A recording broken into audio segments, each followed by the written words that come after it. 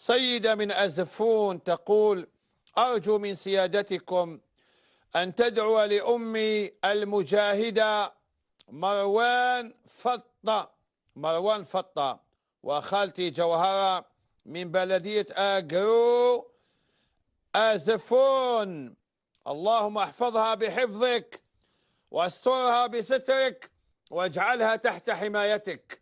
اللهم يا رب إن مروان فطة في حاجة إلى رحمتك. اللهم يا رب أختم لها بلا إله إلا الله، واحشرها مع أهل لا إله إلا الله، وأدخلها جنة أهل لا إله إلا الله. اللهم يا ربي هذا المرأة رأي تحسن الظن بنا يا رب. اللهم استجب دعاءنا واملأ بيتها بالخير والبركة، وباعد بينها وبين الحرام كما باعدت بين المشرق والمغرب يا رب. يا رب وصلها إلى بيتك، وصلها إلى بيتك كي ترى كعبتك وتدخل من باب السلام وتشرب من ماء زمزم وتزور رسول الله صلى الله عليه وسلم. آمين والحمد لله رب العالمين. مروان فطة مجاهدة. حنايا من الاستقلال يهضرونا غير على المجاهدين، الناس كبروا يعرفوا غير المجاهدين، ما على بالهمش باللي هذه الجزائر فيها مجاهدات بطلات يا وحملوا السلاح وداروا القنابل اللي ما دارت والو والو والو، زغرتت على المجاهدين ولا طيبت الكسرة هاي طيب في الكسرة على الطابونة، والطابونة فوق حجرة وتحت الحجرة كاين حفرة مخبيين المجاهدين.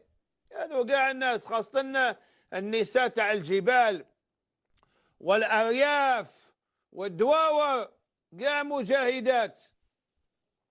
لازم وزارة يسموها وزارة المجاهدين أو المجاهدات. احنا نعرفوا غير المجاهدين ولا عرفناهم، وفي المدرسة كانوا يقرونا ولا مجاهدة وحدة قرينا عليها. قرونا مي زيادة، مي خائن نعيمة، مانيش عارف شكون هذا، طه حسين، وادي مادام ماري كيري. هذا واش كبرنا؟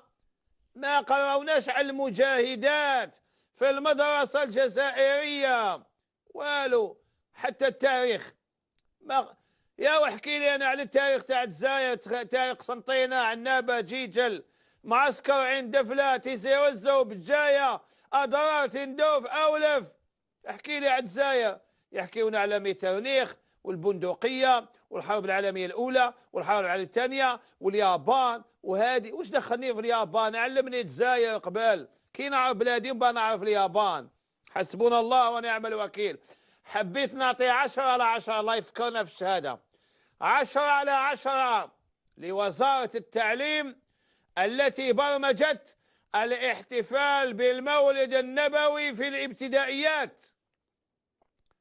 آلاف تاع التلاميذ قالوا لهم تلبسوا لباس تقليدي تاع الجزائر، الطفلة لابسة لباس تقليدي، المحرمة والولد لباس تقليدي جزائري، وكاتبين أحبك يا رسول الله، أحبك يا رسول الله، ورايحين للمدارس آلاف مؤلفة رايحين تقول أنا في الحج. 10/10 لوزارة التعليم. الله يعمر داركم بالخير والبركة. ولمن كان وراء هذا القرار آلاف مؤلفة من الأطفال كتبوا أحبك يا رسول الله وراحوا بها للمدرسة. هذه ما تشوفوهاش. حسبنا الله ونعم الوكيل.